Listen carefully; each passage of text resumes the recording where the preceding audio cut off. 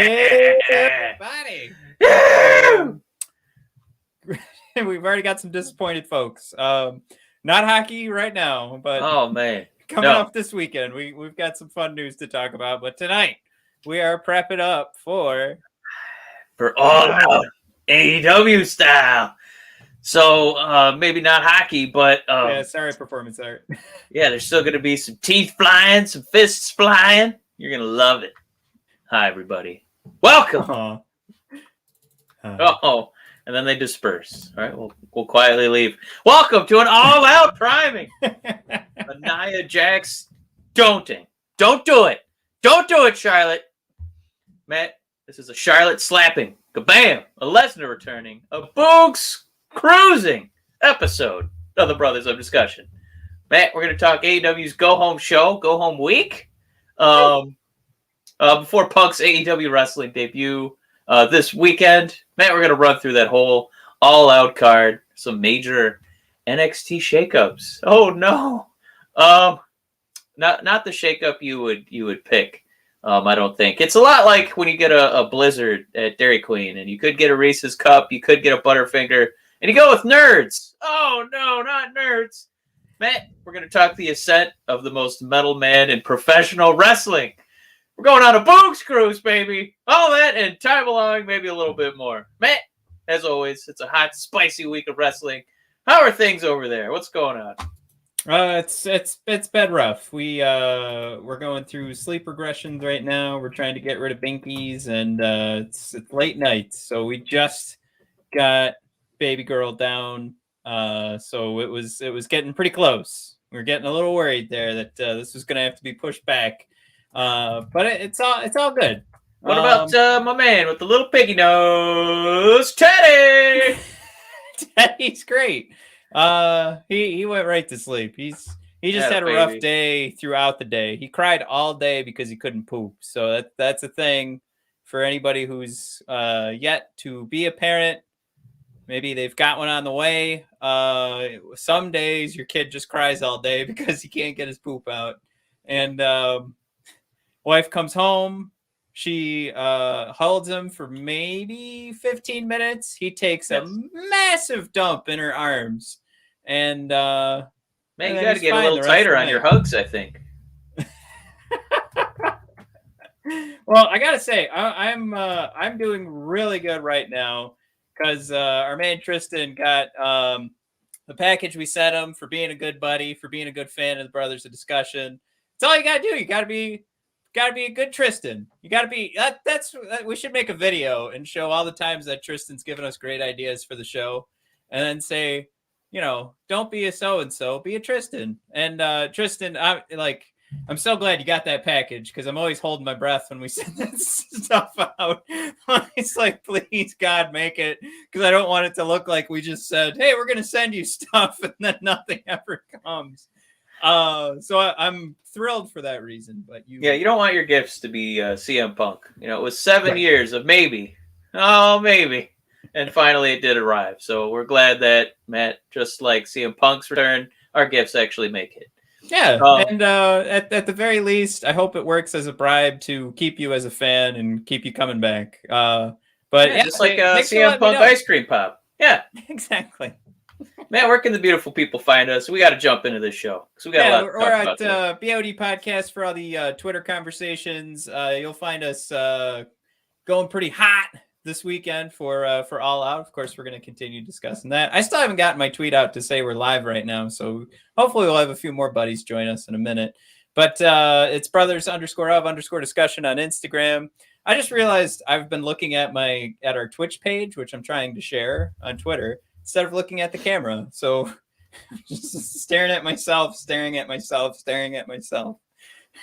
what this show is all about, man. It's all giving Matt a podium to look at himself. Yeah. What else do we have? And we have our wonderful shop page where that's where we hook Tristan up. I think I have a new photo. Yep, there it is. We do have a Red Wings rant stuff, but of course, as the Brothers of Discussion, you can get your logo wear. You can get your I listen to the Brothers of Discussion. We have our Sister of Discussion t-shirts, and of course, our hot tag. What would you call that? What what's that called? Section, hot tag shirts. But yeah, if you guys want to support us, that's the best way. They're nice and cheap, and I like to think they're pretty cool. If anybody has any suggestions for a t-shirt, throw them out there. Try not to be too crude, because I think they get taken down from the site. So what? What do you mean? Have we had some taken down? We've had some vulgar suggestions, which I thought were hilarious. I just when I tried to make it into a t-shirt, I just looked at it and I said, I can't put this online. But yeah, that's all that needs to be said about that. The more I say, the worse it gets. So we'll leave it at that. And wow. Mike, let's jump into the show. What a bunch of intrigue. I know we want to talk. This is probably going to be an AEW heavy episode, but my God. Can we talk about there's actually something interesting on Raw? Absolutely. Charlotte Flair and Nia Jax. A match I think most of us had a similar reaction to when we saw it booked. Collective yawn. A lot of the people in attendance were not too into it. And then shit got real. There was arguably some questionable maneuvers by both wrestlers. Looked like maybe Charlotte took a bump to the back of her head on a back body suplex from Nia. Charlotte maybe got a little stiff in her submission moves, and then it digressed into some pretty stiff slaps. And Nia seeming to break character and break the fourth wall, where she basically stopped selling for Charlotte, stopped wrestling, and they had a very brief, I would say Andre the Giant in Japan scary moment where it looked like Nia was just done. I'm not wrestling anymore. Don't test me, Charlotte. And this could not be a more fascinating story, and I can't wait for more of this to occur. But it did look like Charlotte was making a total life like flashing before her eyes as she sat in the ring after that match, because it looked like she can't wait to join Andrade on Wednesday nights. Matt, was this a fascinating moment for Charlotte or a breaking point for Charlotte? Because man, there was a lot of emotion in that ring that on Monday. Let's go back to that old taco shell and tortilla commercial where the sweet little girl goes, "Why not both?" Because absolutely, it's both. That was very intriguing. I think it absolutely is a breaking point because I feel like right now, like Amy said, bitches me crazy on Raw. I love that. But I just like. I think she's got so many things going for her, and I don't mean in pro wrestling. I just mean in life in general. And if she could sync those things up to pro wrestling, I think it would be so much easier. And I'm sort of referring to her just jumping ship and going with Andrade, where Andrade seems to be having a lot more fun. He's actually on TV. If we pull up our episode thumbnail, he's actually featured on the All Out poster. So this is, things can we just juxtapose something real quick? Sure. Like, Adam Cole, like he goes backstage at AEW. You know that? And like he and Britt Baker still online keep up the kayfabe that they're different companies. They rarely see each other on like the Instagram feeds and stuff like that. But Charlotte and Andrade just paint their walls with each other. You know what I mean? And I get it. It's some pretty hot pictures, let me say. But it definitely feels like they're kind of rubbing it in like, yeah, I can do whatever I want because I'm the queen. But it also kind of feels like, fuck it. What are you going to do? Fire me? I'm your biggest draw. In case of emergency, you make me the champion every month. So what are you going to do? So it's, I guess just the difference there, Matt, between how Britt and Adam treat their relationship, very real relationship, and keep it separate business-wise. And Charlotte just, throwing up a couple Stone Cold Birds, and seems like she's kind of done with keeping this a secret. I don't know. Every time somebody seems a little upset, it's AEW time. But I mean, it's Andrade, right? It's the love of her life is over there. and she seems a little fed up, especially with latest example is this clash with the very unprofessional Nia. Matt, we know the resume, right? We know a lot of dangerous moves have come at her expense.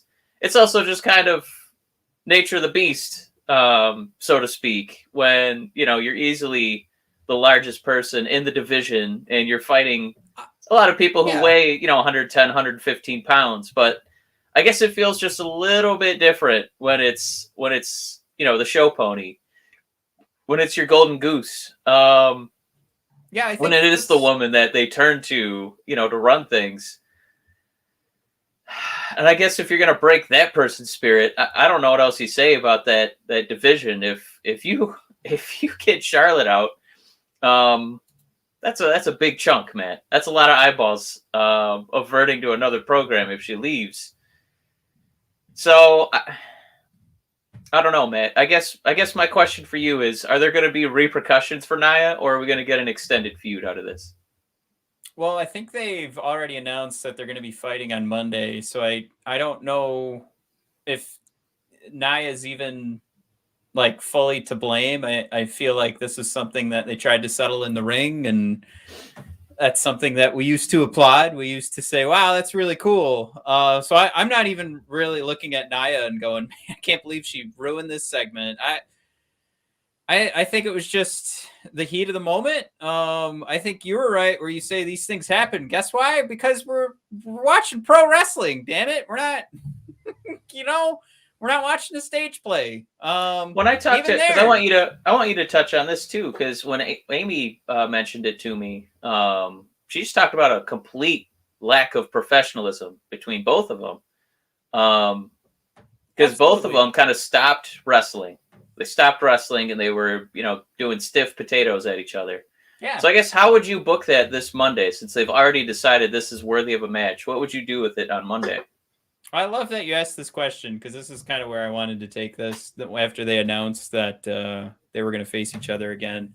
Is that, like, anybody that's watching this, you have to watch out for like the fake stiffness. You know what I mean? Like it's going to be something where they want to try and recreate that, but it's just not. It's not going to feel right, because it's going to feel like when they brought in a bunch of fake fans to storm the ring for Daniel Bryan before WrestleMania 30. Like they're going to go, oh, this is pretty hot, and not realize that we just liked it because it went away from their dumb story and there were two real people in the ring.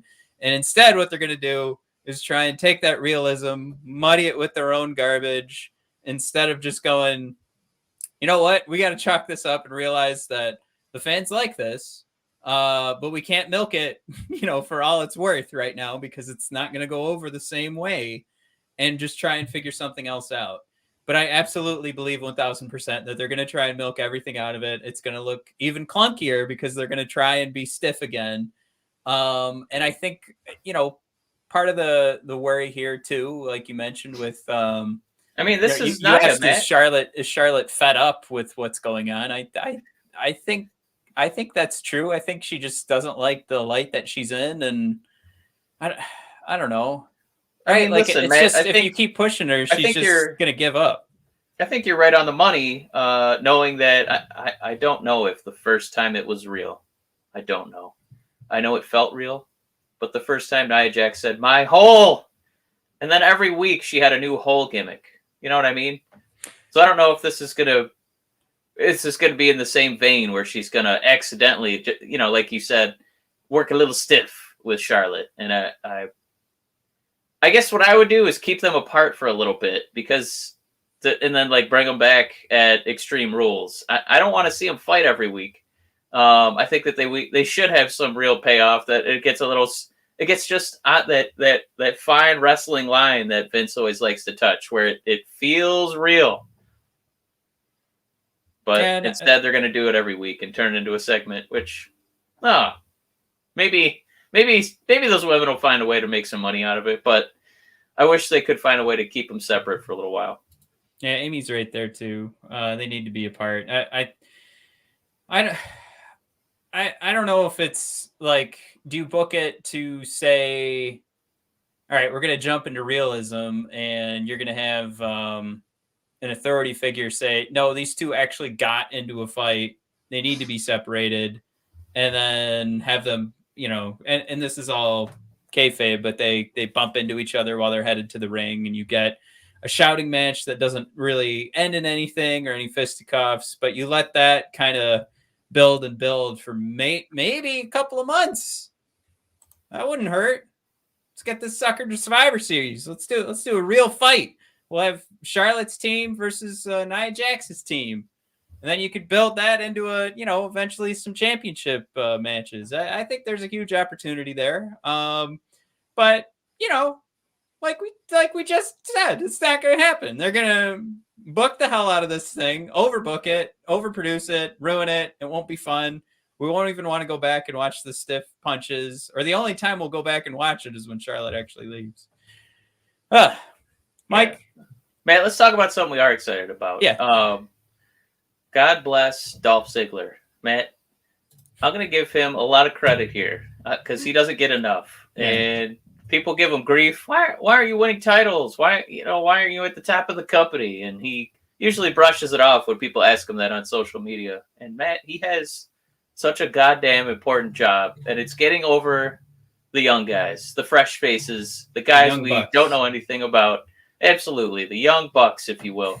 Man, Dolph Ziggler is getting over our hero, our metal god, ascended from the heavens, blessed by, I imagine, Dio and Lemmy himself, Matt Boogs. Eric Bugenhagen, Eric Boogs, Rick Boogs. Matt, he goes by many names, but he is going to be running SmackDown. I can't believe this is happening. I can't believe that it's not more of a slow burn with this guy. We put a guitar in his hands, and now he's in a singlet that is airbrushed to look like he's wearing overalls, which I don't know whose idea that was, but somehow it's working. And Matt, the crowd is getting into his announcement. They're finishing Rick Boogs for him. Mm-hmm. They're doing the Shinsuke Nakamura. Matt, it's working. Do we have Matt? Is one of the number one reasons for this after Boogs now has won tag team matches and he won his first singles match in a singlet against Dolph Ziggler. Matt, how much credit do you give Mr. Ziggler for helping Boogs? Well, how much credit did we dole out when Rusev Day was created and we all were in love with that and singing along and having fun? I mean, I think a lot of this has to go to Rick. It just doesn't. It's too goofy. It's too like, yeah, whatever. Go give it a shot. You know what I mean? Like, yeah. And you don't just, oh, well, can you hit these high notes and really roll, on the Mora? No, it's all just, yeah, let's give Rick Boogs a shot. There's a stupid podcast online that doesn't shut up about him. So maybe other people will like him. He means us. Yeah. Us. We had Bugenhagen watch. But yeah, this is 1,000% in my book. This is all the credits going to Rick Boogs. I that's the thing, is that this is exciting. We talked about it last week. I was editing last week's episode and I got sad because you asked, like, where is the ceiling for Rick Boogs? And I said, this is it. This is he hit it. He's getting squished up on the top right now. He's going to be completely flat. He keeps gorilla pressing that ceiling higher and higher, Matt. I mean, I hope. I really think the sky's the limit with this guy. Well, here's how it gets ruined. They're going to do some dumb bullshit where he's going to beat up Nakamura and we're all going to hate that he did that. And they're going to get one fucking feud out of it. And then he'll disappear forever. You know what? No, I'm not going into your pessimism. Tell me I'm fucking wrong. I think Nakamura is going to be that trampoline to launch Boogs up into the stratosphere. Into what? Matt, then he feuds with Tony Storm. I don't know, Matt. He can do whatever he wants. This means that Nakamura has to hold on to the title forever, and Rick Boogs has to be content with staying as the sidekick. No, which Matt, I think this is just his baby face run, right? Think about when he turns heel. He's just gotta tune his guitar down, do a detuning. Just prepare yourself, Mike. I know it hurts to hear. No. I'm doling out the truth. I'm also, right now. Friend of the show does not agree with you. Yeah, you tell him, Clegane. You tell him. Good boy. Now I got to tell YouTube there's kids in the video. You're showing off your kid. I'm just so happy for Boogs. They treat him. They book him like a powerhouse, and Dolph is helping out with that gorilla press, making it look like $1 billion. And all he's doing is throwing out pump handle after pump handle slam. He gets to use some mat wrestling. He gets to show off his charisma. He's hopping around the ring. He's head banging around the ring. I don't know. I mean, we saw how far Otis went. He won a freaking Money in the Bank. Matt, here's my hot tag question of the day. Yeah. Oh, right. Do I get a graphic for that? Give me Mike, a graphic. You want a graphic? You want a graphic? You want the best? You got the best.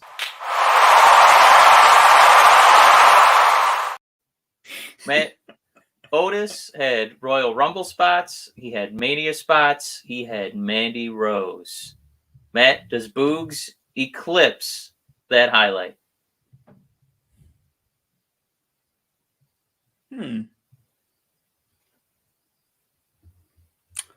Now, can I ask a follow-up question? Because when you ask, does he eclipse that? Does that mean so you're saying the ride's over for Otis, even though he's still kind of got a storyline. So I just need Boogs to eventually be better than what Otis is doing right now. I feel like Otis actually had people behind him. Like, they were excited for that storyline. And obviously you want to give, Mandy a bunch of credit for that. But it takes two to tango. And I think people rooted for that underdog. I think he got genuine, excitement behind him. His spots are memorable. Even if, we did cringe a little bit when he was the chosen one for the Money in the Bank contract, but it was still like a memorable, fun thing, storyline to watch evolve every week as he, broke away from stakes and weights and kind of became his own dude. And he was counted on for a lot of comedy segments. I don't know if Boogs is going to exclusively be comedy, but do you think that we're going to have, is he going to be that memorable dude that we could think about, in years to come? Well, didn't we see it today then? You mentioned the gorilla press, the whole reason we're doing this segment. So he showed off, some versatility, right? He's owning who they want this character to be. And I think right now we get to see that there's potential for him to do a lot more than this. There's at least some strength there, and you need charisma to actually get onto TV. I think there's some level of that. And then there's so many guys there that are athletic, and then they never get the TV time that Boogs is getting. Boogs got an entertainment segment on SummerSlam where it was just straight up, you're going to go out there and just be Rick Boogs. We don't even need you to wrestle. And that filled up 5 minutes of SummerSlam airtime. So today, to see him pull off a feat of strength, and I think if we had to pick, Mike, not that we're trying to over sexualize what's going on, but oh boy, you're bringing up Val Venus. I don't want to talk. Ladies. I don't want to talk. I don't really want to look at Otis that much. So this, you talk about trying to sell a professional wrestler. How about this? Let's make this a little bit easier. Is he going to have a higher peak than Elias? Oh man. I think that's a easy yes. Elias got to the point of we would have believed a main event feud, I would say. I think he got that high. He didn't get that main event feud. I think he got to the point where we would have believed it. I mean, he was doing segments with The Rock, right? I mean, they brought back Jeff Jarrett just to do a couple of weeks of segments with Elias. Yeah, that's fair. I had fun with it. I think Elias is super charismatic. We're still waiting to see how this the end of Elias develops. But I was never that enamored of his, the way he set up his wrestling recipe. It never felt like his moves were really that, it didn't really shine for me. He had the drift away, which it was kind of a crossroads or whatever it was. He had the running knee, but I never felt like wrestling was, like third or fourth on the priority list. The number 1 and 2 were entertaining and singing. Where at least it feels like with Boogs, if he's going to be allowed to keep showing off the power moves, and we know the dude's a workout machine, his wife and his hilarious Instagram videos can attest to, where he's like, all right, honey, I'm doing 100-pound curls. Yeah! And you can hear her as she's holding the camera giggling in the background.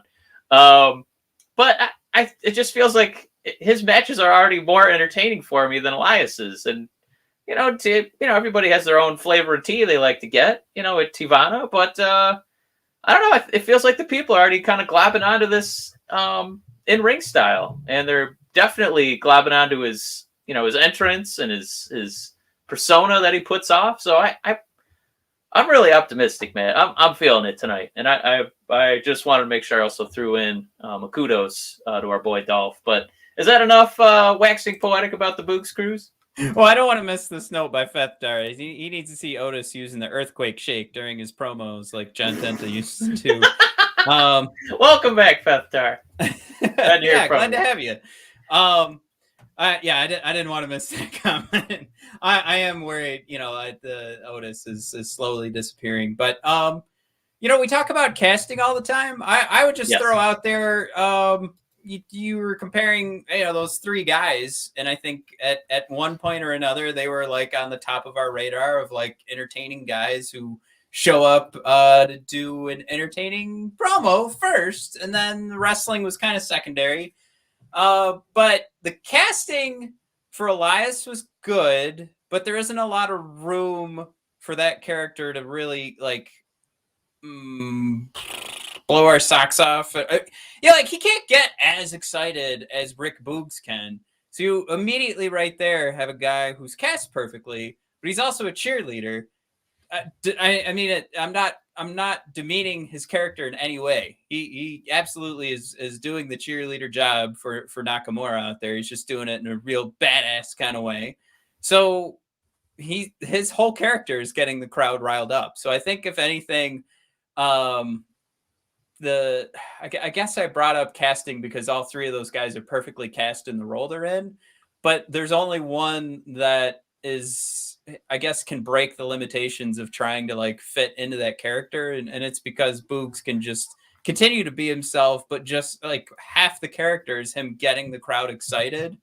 So he gets to cheat that way, where Elias was about being dismissive and pushing everyone away. So it was pretty hard to get the crowd excited. So I think there's also that element is going to help Rick Boogs in the long run, where if he's going to be rah-rah, it's not anything where we have to point and say it's corny. It's already established that this is his character. So it's maybe going to be cheating, but I think in the long run it'll work for him. But yeah, you're right. We've been talking a little too long about. Well, just the last comment on casting. Dozovich, 300 pounds, 5'10".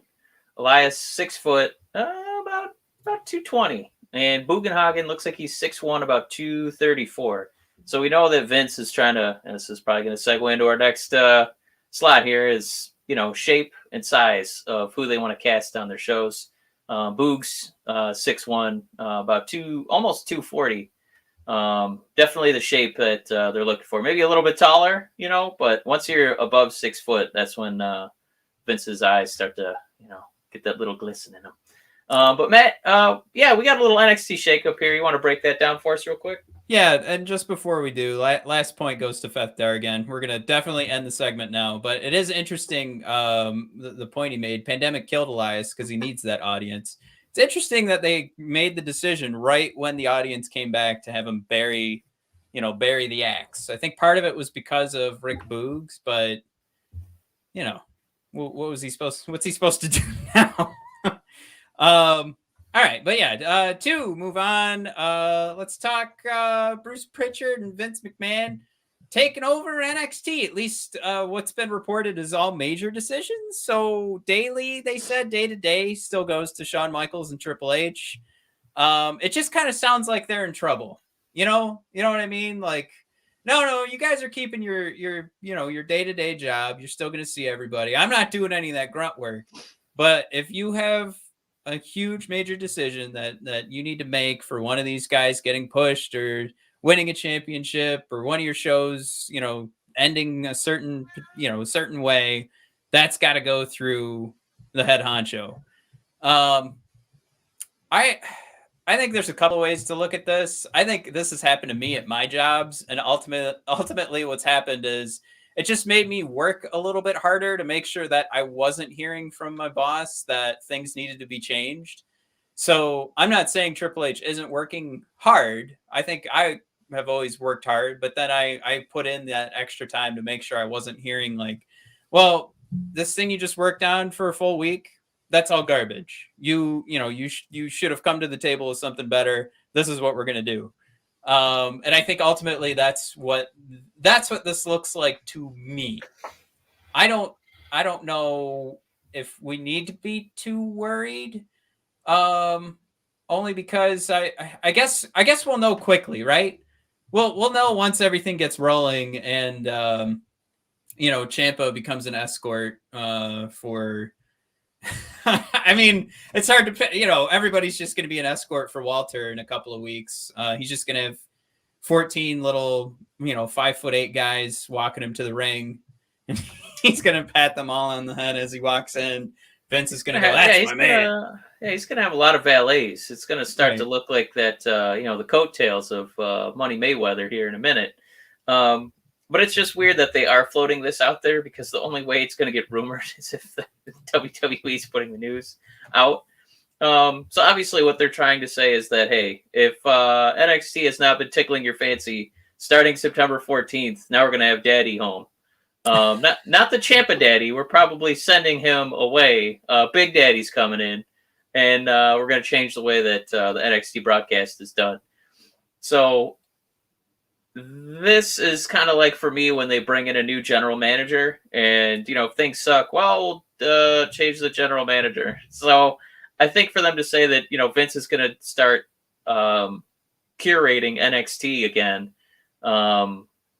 in some way, maybe it's going to be a little bit of a departure from relying on the work rate guys and more on being this might be the starting point of where they think they're going to have that, magical run where, Batista, Cena, and Orton-sized humans are, going from green to yellow bananas in the ring.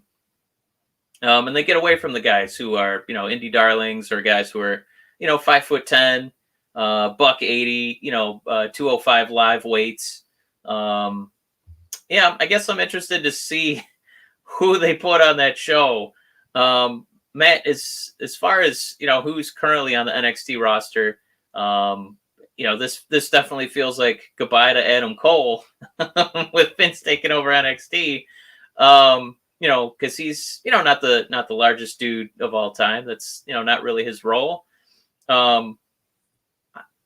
Is there anybody on that current NXT men's roster that you think is going to make this cut, like the Vince cut? Well, again, I still, we don't know that that's happening because they just if it is happening, I mean, they're rolling into it with Ciampa going over Ridge Holland. And that would be the name that I would go, yep, that's the guy that needs to start eating up victories because he's going to be taken over. You got to think, I mean, he's not the biggest guy, but he's definitely ripped. And, more so than like an Adam Cole, but LA Knight definitely stands out to me. See, I thought you were going to go Loomis with your first pick because I thought he was this kind of the size that Vince likes. I think Loomis works. He's not on my list that I'm looking at. Because it doesn't feel like this is because how does a Cameron Grimes fit into that? Because we know he's not Vince shaped. Yeah, I guess. I mean, if we're defining it as it has to fit the Vince label, I just don't. Like I said, I don't know what he's going to do to NXT. I think that would mean Cameron Grimes is out, right? I mean, either that or we're changing what it means for what Vince wants to see. I mean, there's a reason that Damian Priest didn't stick around in NXT.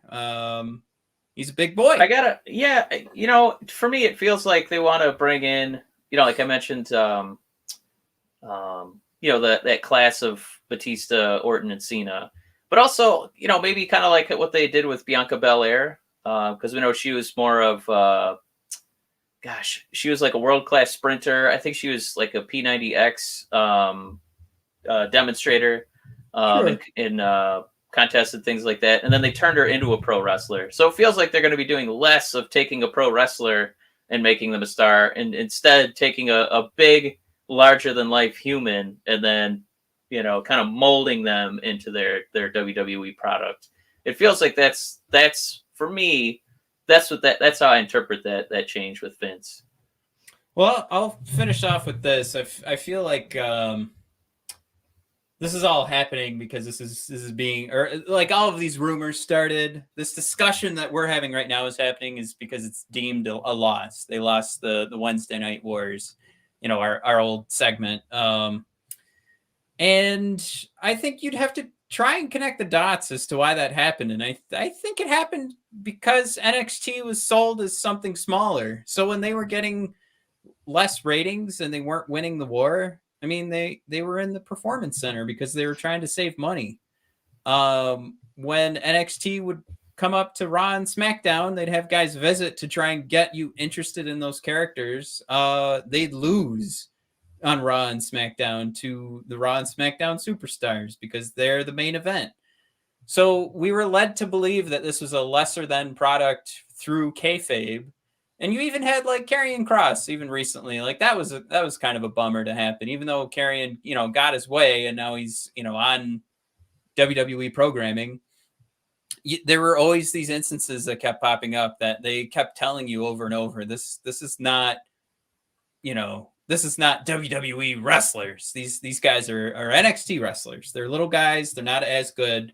And that's what they did and told you. And I think that is why ultimately NXT failed. I think they had some huge opportunities to have them probably move along with Raw and SmackDown and do some live shows with a bigger audience. And I think they had an opportunity to sell them when they were going up against each other for Survivor Series. And I think those were marketing opportunities that Vince couldn't get past, what his idea of the stronger pro wrestler should be. And instead of trying to tell an interesting story and have, maybe it truly was David versus Goliath and all those, even though at the time we were talking Keith Lee and Roman Reigns, even though we were doing that, he just couldn't let go of what he had in his head. Like this is the team that wins, and this team can try hard but will lose. And I think a lot of that, comes into play. And then you make the job of Triple H and Shawn Michaels that much harder to go week to week. And their job isn't only to make storylines that are interesting, but they're continually trying to build these guys up to be as good as AEW, as good as the main roster. And then whenever, the real challenge would come, they'd just get knocked right back down off of whatever pegs or, poles they built to stand on. They'd get knocked right off and have to start from scratch again. Or they'd have guys get called up and they'd look like garbage when they moved up to the main roster. There's so many different things that WWE kept telling us over and over that this is secondary. You don't need to care about this because this is how we're booking it. And that's the problem. And unfortunately, with Vince getting more hands-on, that if he is more hands-on, again, I'll put it that way, then that does not bode well for this. We're not even getting NXT anymore. We're just going to get another thing that I don't like that'll probably be closer to Monday Night Raw than SmackDown. Brace yourself. But yeah, I don't know. I think we're ready, man. Are we ready to transition over to AEW? Yeah, Feth Darce got the last point again. NXT got the push at the time of the Wednesday Night Wars, got some hand-me-downs like Balor and won Survivor Series, but lost the ratings, and now Vince is mad. Yeah, I'd go back to the Survivor Series part of it, and I think they could have done a better job selling NXT, and that win of Keith Lee over Roman Reigns would have been huge, and then the continued support after that, where they were still bringing these guys in for the following December and January. And that's where they went, all right, these guys are the little guys. They're the joke. And then that would have been, that's where they really turned up the heat and had them lose continuous matches until it was something where we didn't even want to see NXT on the main roster anymore. Like that to me is that the whole Survivor Series story is the end of it, the big conclusion, and then losing the weeks after, just to kind of make sure you knew, nope, these guys won, but it was all, they got lucky one night. Definitively, it's over. Right. Yeah, let's we can move on to AEW. Actually, let's do it this way.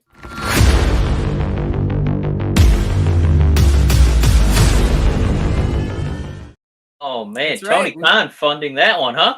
That looks good. Wish. Woo! Like that.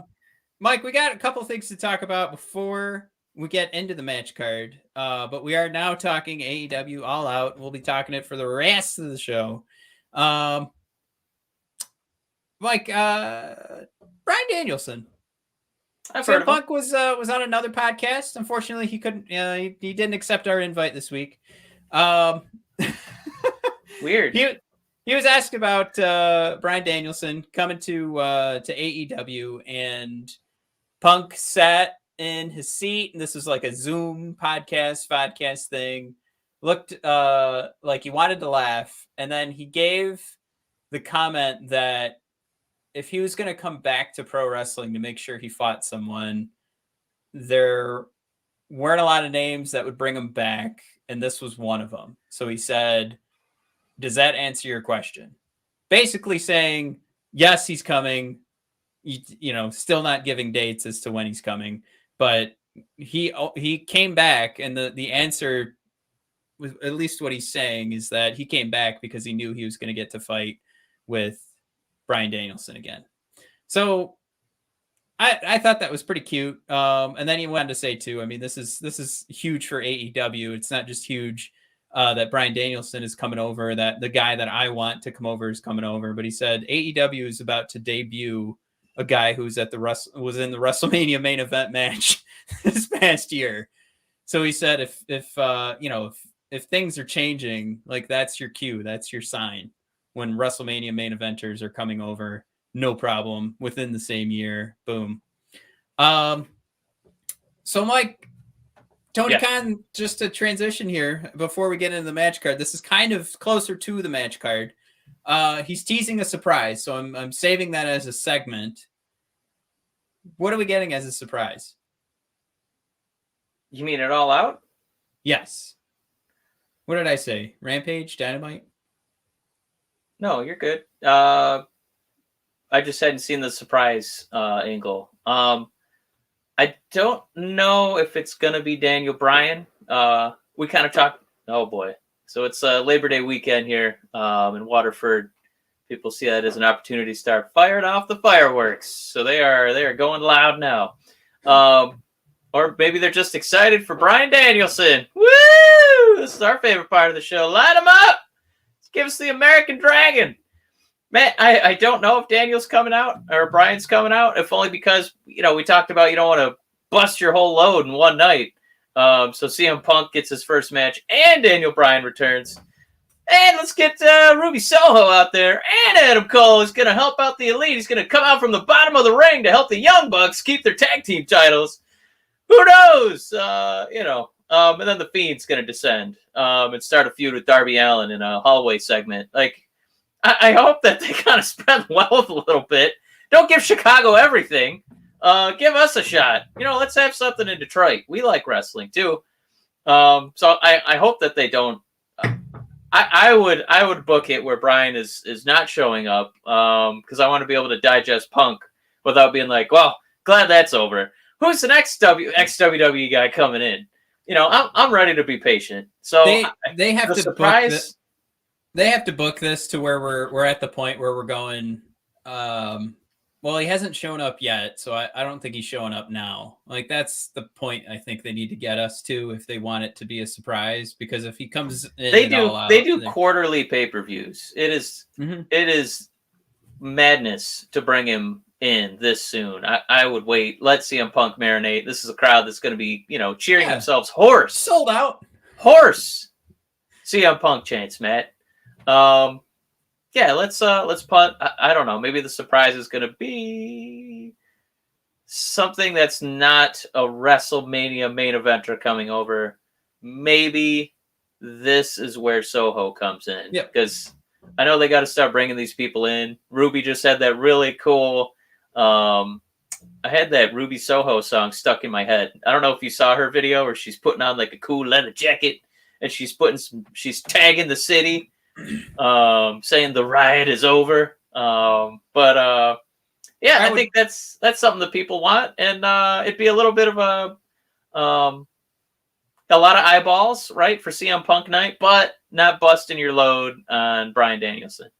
Right. I think Ruby's number 1 on my list. Number 2 at this point would be, and I'm not sure about the 90-day thing, but this is where Wyndham Rotunda fits in because nobody's talking about him. They're only talking about Adam Cole, Ruby, and Bryan Danielson. So I like the idea of this being like the return of a Fiend character.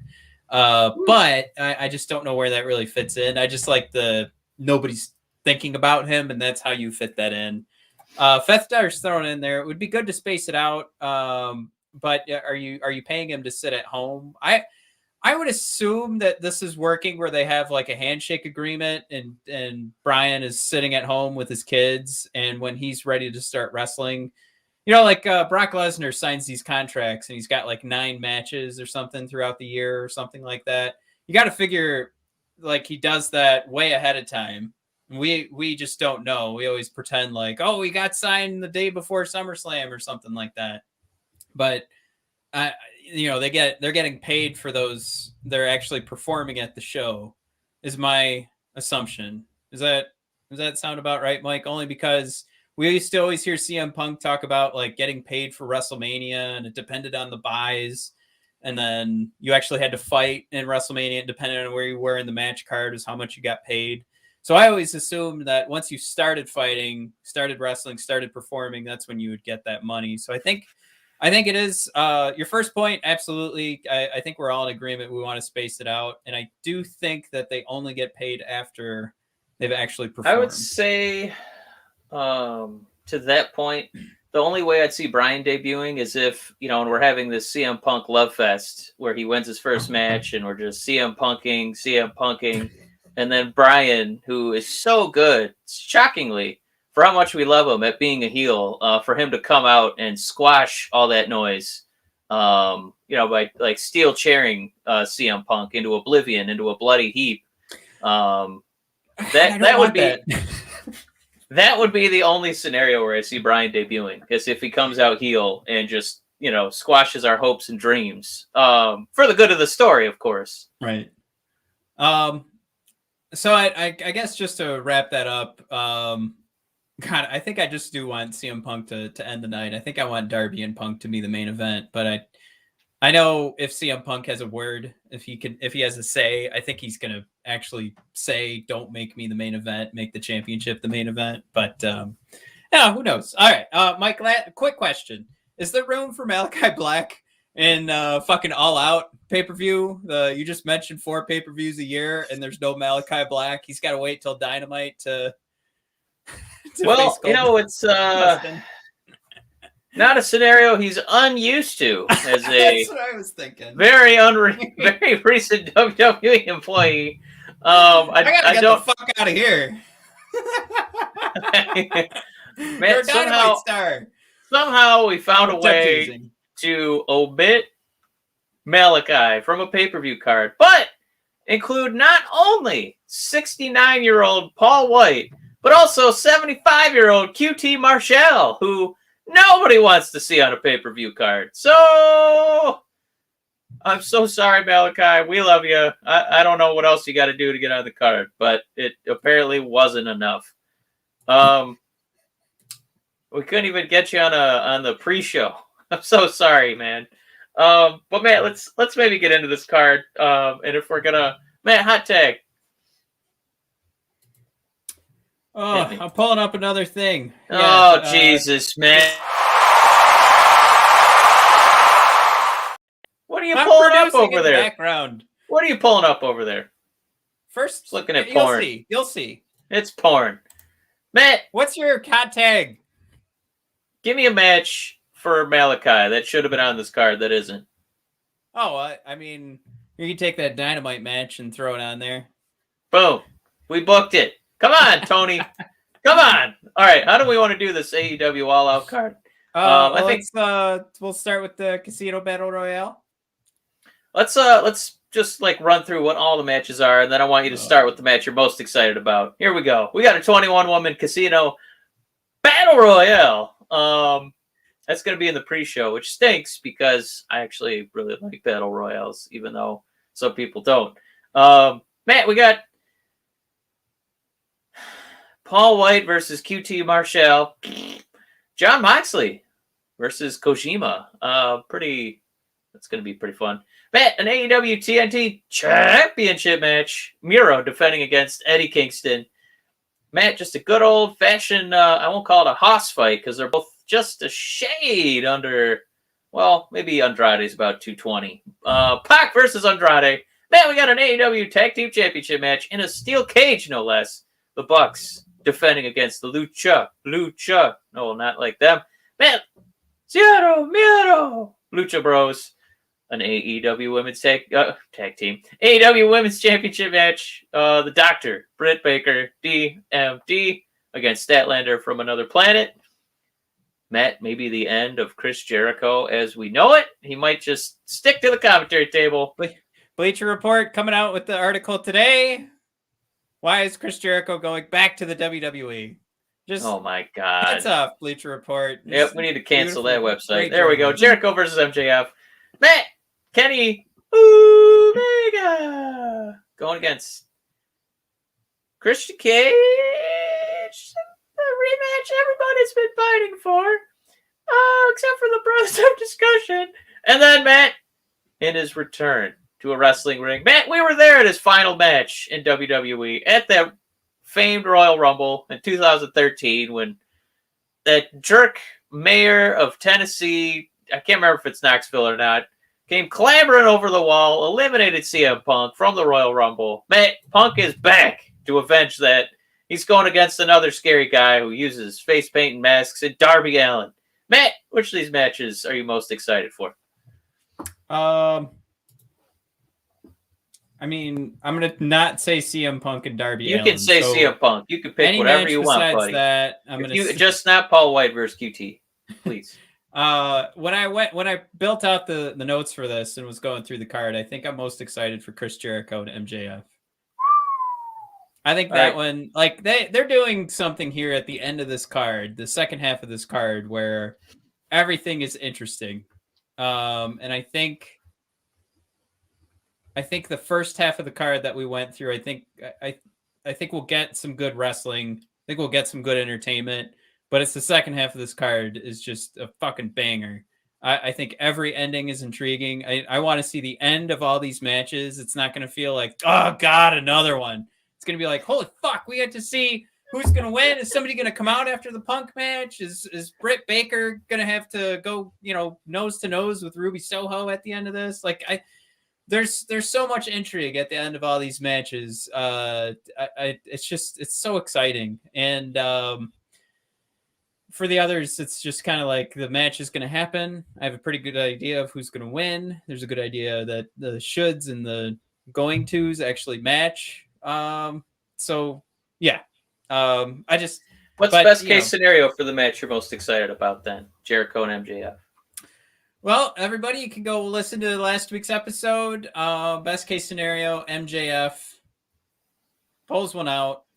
I shouldn't say pulls one out. Finishes him off. I disagree. If he pulls it out and hits Jericho in the face with it and still beats him, that would be quite a moment, man, in AEW history.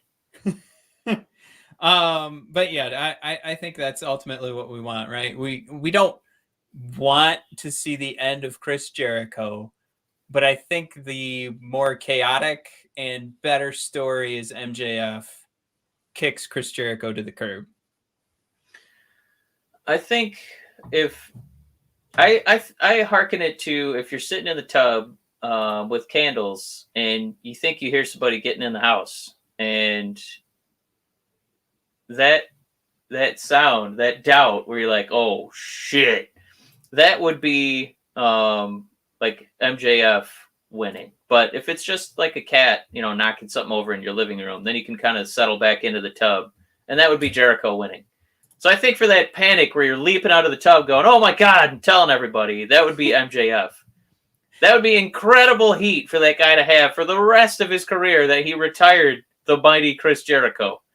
I think that if they let Jericho even this out, that is just a huge missed opportunity. Like, give MJF that jewel, in his wrestling crown where he retired Jericho. That would be something that he could brag about forever.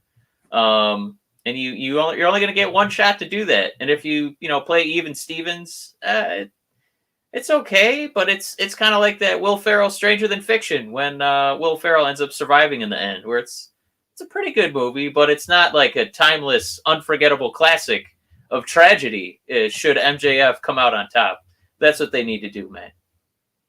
And well, let's do this. Fethdar's pick is the CM Punk match. So Fethdar, you type up what how you would book the ending to this. But the more that I've had time to think about this, I think that I would actually I'm gonna do it. I'm gonna let Darby Allin take this one, Mike. I think there's a lot of respect coming from CM Punk to everybody that's in this organization, and not to say like there'd be. I mean, are there a lot of guys that come, go from business to business and pro wrestling and just kind of take a dump on everybody? No, but I think he actually wants to come into this business, and he knows what it takes for them to grow. And I don't think he's thinking CM Punk needs to come in and get a victory, because I've proved that I am a ticket. I prove that I can do, get this crowd. I can get the world to go insane just from hearing my entrance theme. And I think what would be the best way to serve the rest of this roster is not necessarily for him to continuously lay down for everybody, but right off the bat, I think it would be okay if we had CM Punk go down to Darby Allin, and I think the crowd would absolutely eat it up. I think we have a very smart crowd that would understand what was going on, and I think if they started to sell that Darby was like scratching and crawling back into the match and building some momentum to get the win over fucking CM Punk, I think they would go apeshit. It would be like Jungle Boy winning that Battle Royale a couple of months ago over Christian. That would be, that's the way to book that match, is to have him scratch and crawl, or claw his way to victory. Mike, who you got? I think that might have been pitched in the writer's room, but absolutely not. This is in Chicago. This is Punk's first match. He's absolutely going over in this one. You are right. This is a smart crowd. This is a Chicago crowd. This is a crowd that bleeds wrestling.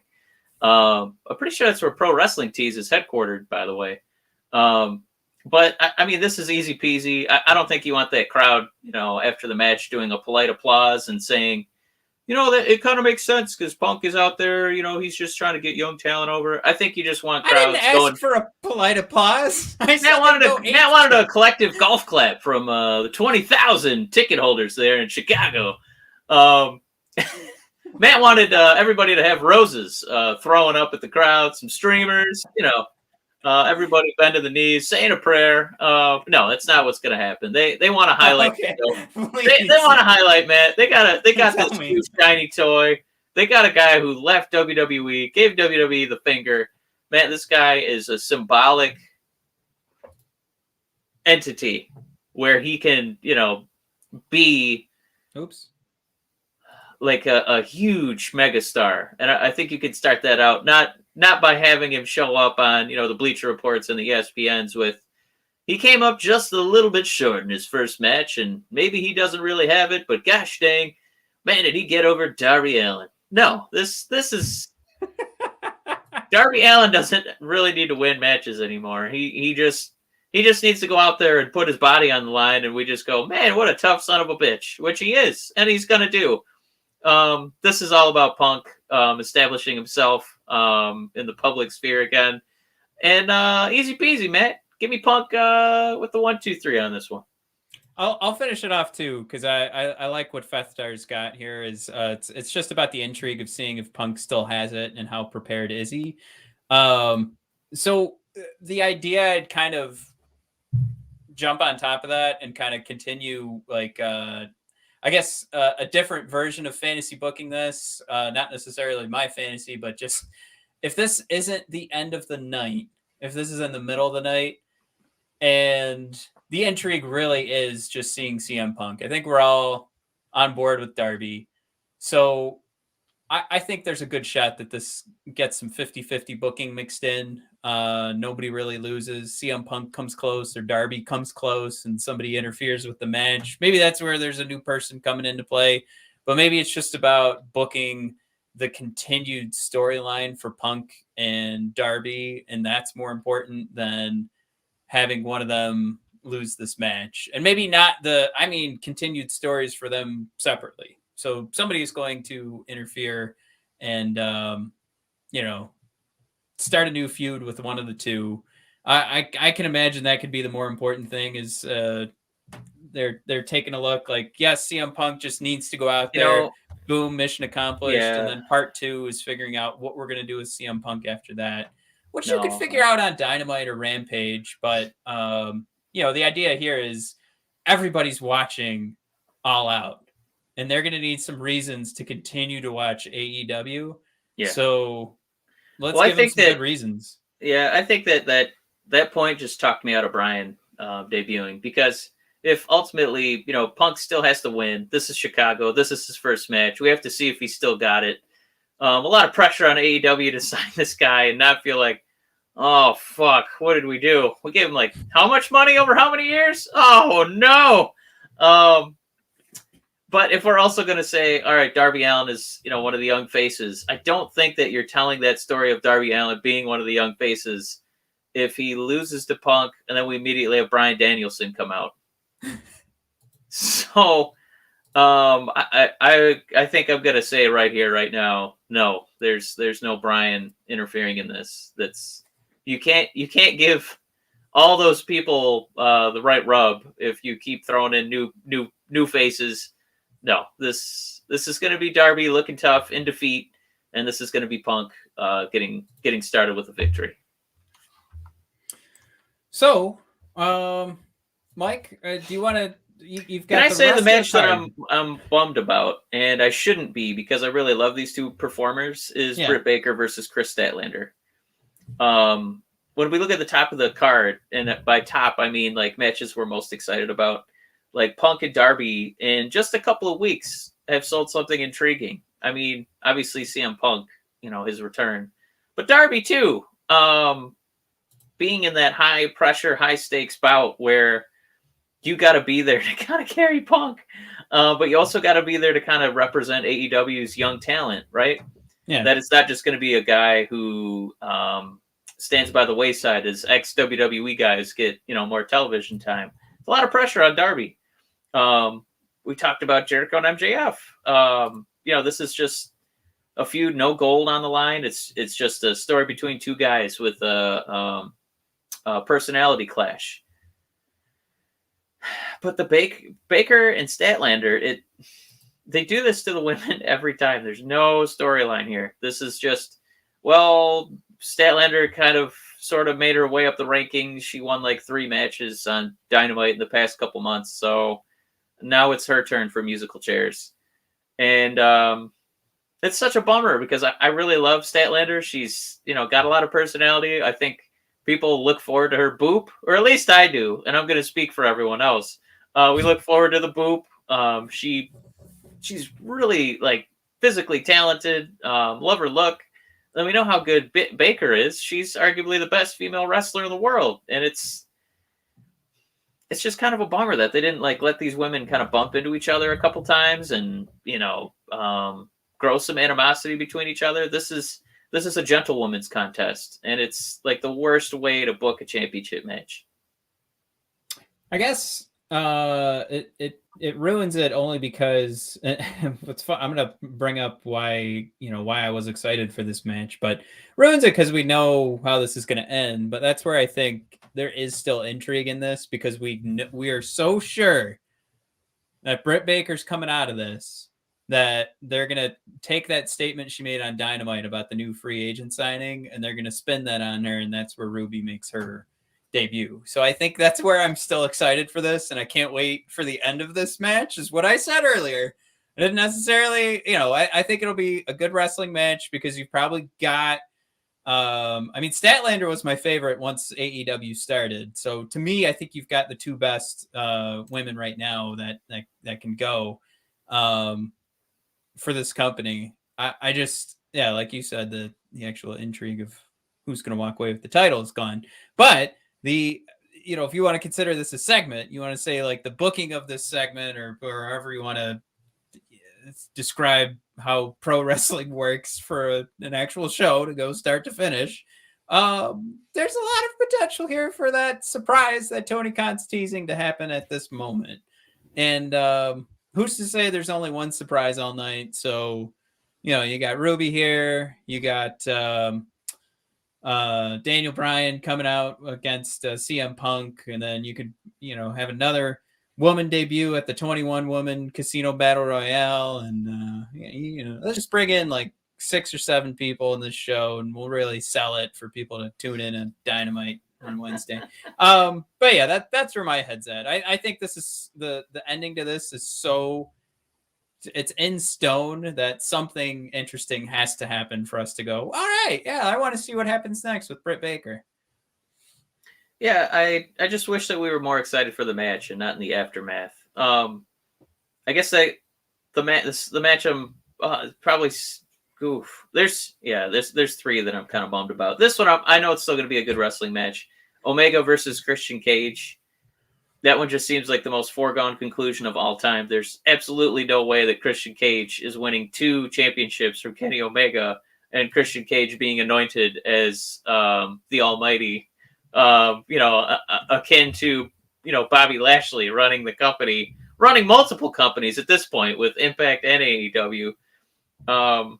So this for me is like the toughest match to really, like conjure up the old wrestling juices for. So I think knowing that these two have already recently gone at it for a belt and knowing that the outcome is pretty guaranteed. I mean, the gambling, I haven't looked up the gambling odds on this one, but I gotta think Christian is a massive underdog. I think that's the best case, Matt. The most intriguing discussion point for this is moving this match away from being the main event. I think Punk and Darby or Jericho and MJF are far more deserving than this rematch.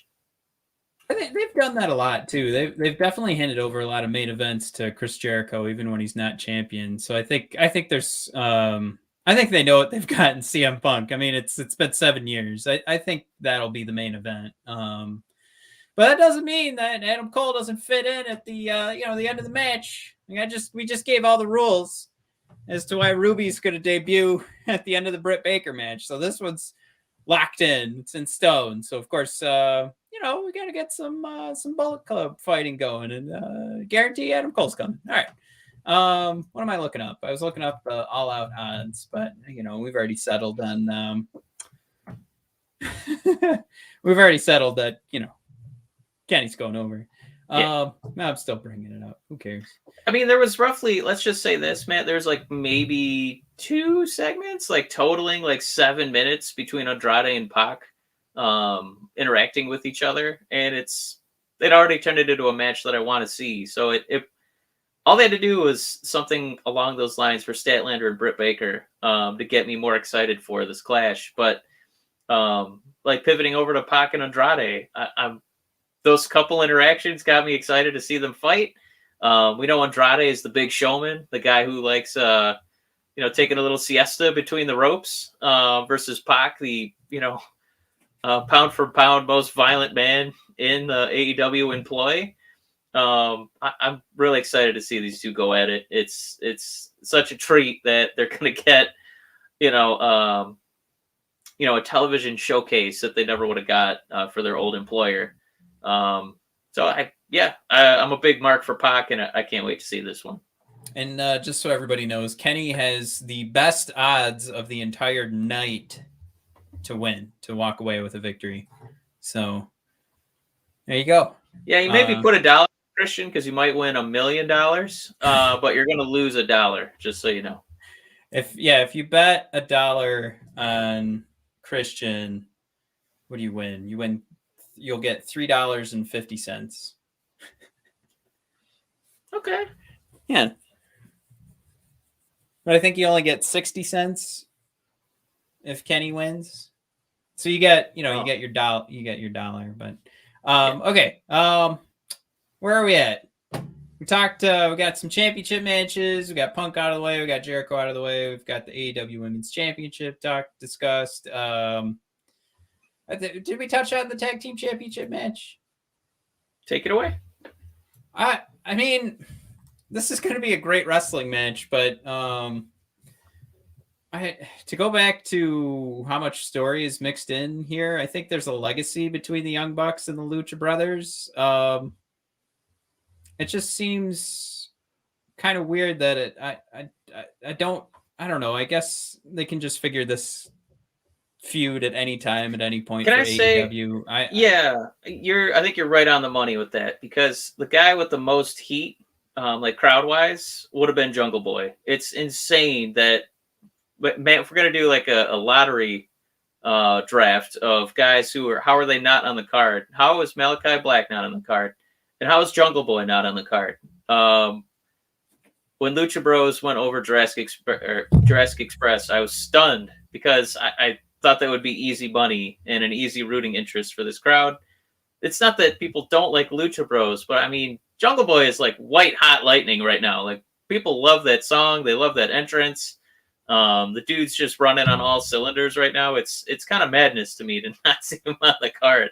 Yeah. So I think that this match, there's just a little something missing, because I know, watching enough AEW, that we were this close to getting Jungle Boy in this match, and feels like a little blemish on the card, to be honest.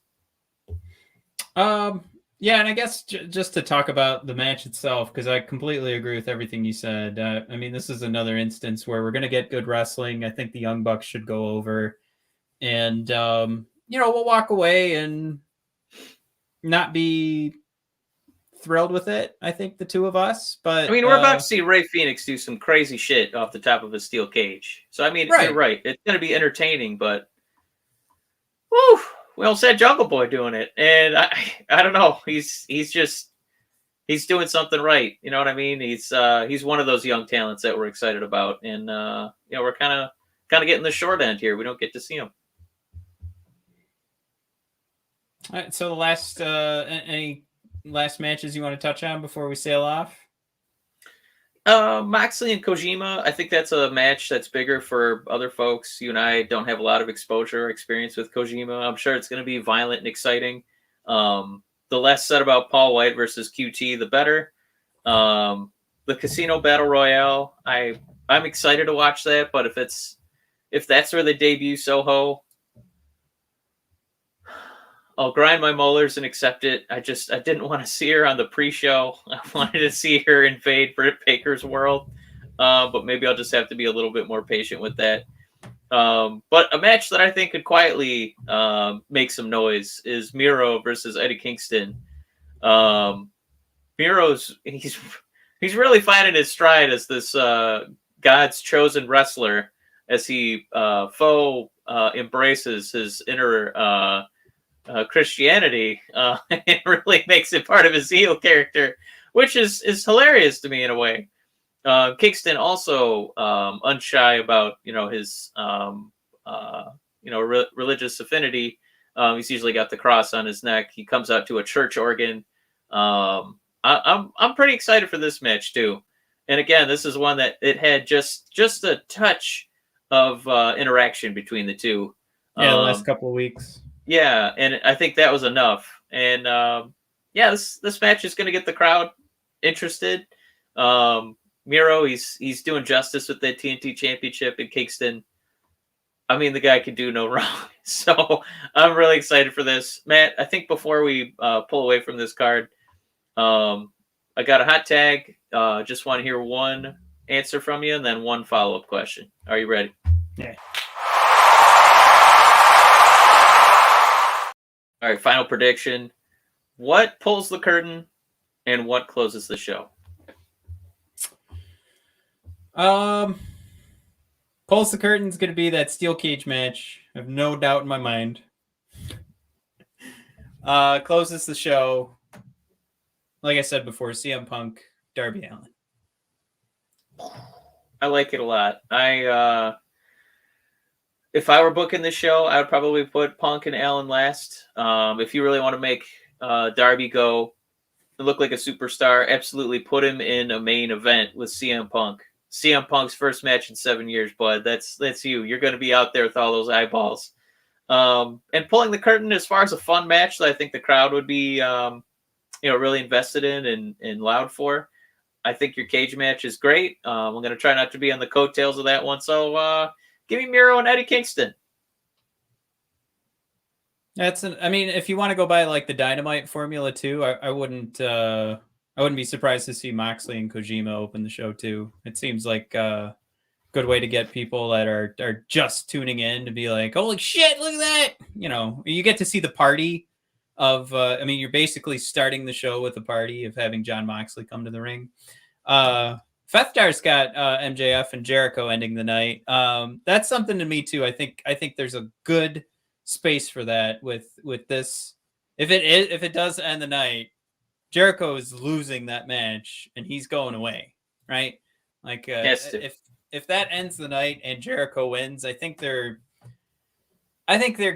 missing like what would be the big moment. And I think the big moment would be saying goodbye to Jericho or celebrating with CM Punk. I think those are the two big moments, right? That you want to end the show. And the only other thing that would be bigger than those two is debuting someone else. So, we know Kenny Omega is going to win. I don't think there's going to be a huge celebration with the fans and Kenny Omega. So you have these different spaces where if these matches don't go the way that we think they're going to go, that's where I think you fit in whoever Tony Khan has up his sleeve as the big surprise, as he alluded to earlier this week, I think on Busted Open.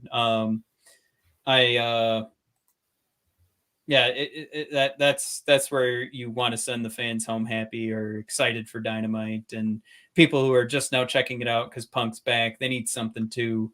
That's where I think there is still a lot of potential for Daniel Bryan, because all the people that are CM Punk fans are also Daniel Bryan, Bryan Danielson, American Dragon fans. So I think there's still a good possibility of that, where they really want to sell it to these folks and be like, you have a wrestling show now. If you like CM Punk, it's on Wednesdays. And I would hesitate that Adam Cole does the same thing, only generationally. I think there's a small gap between the two guys. But yeah, I think there's still a good space for Adam Cole as well. But you want to end the night sending everybody home happy. Feel like AEW has done a really good job of that. Even in the pandemic pay-per-views, they've done a good job of sending us home with, that feeling of like, oh my God, I love pro wrestling. So I have all the confidence in the world we're going to get this when they're saying this is the biggest pay-per-view in AEW history. That's what Mark Henry kept saying throughout Rampage tonight. So I'm using that. I'm going to put a lot of confidence on Mark Henry's words and Tony Khan's teases and CM Punk's words that this truly is the biggest pay-per-view AEW's had so far. And I'm going to trust that the end of the night is going to be mind-blowing. That might have been just a rib at Paul White's expense. It's going to be the biggest show AEW's ever had. Only if he was in the background going, hee, hee, hee. Okay, I'm in. Well, we'll be there. We'll figure something out and get that watched, and we'll be live tweeting that mother. Very excited for that show, man. All right, everybody. We went pretty long here. Matt's going to be still editing this to put out the podcast for a little bit, so Matt's going to have a terrible Saturday. But I hope you all have a great weekend. That's when you'll be listening to this. Hopefully, you guys will catch our preview before. I hate when we do this because the lifespan of these episodes, where they're mostly revolving around a pay-per-view that's in a day or two. we got like 0 listeners. Fethstar, I see your message there. Later, dude. Amy, thank you so much. Everyone, have a nice night, and we'll see you guys next week.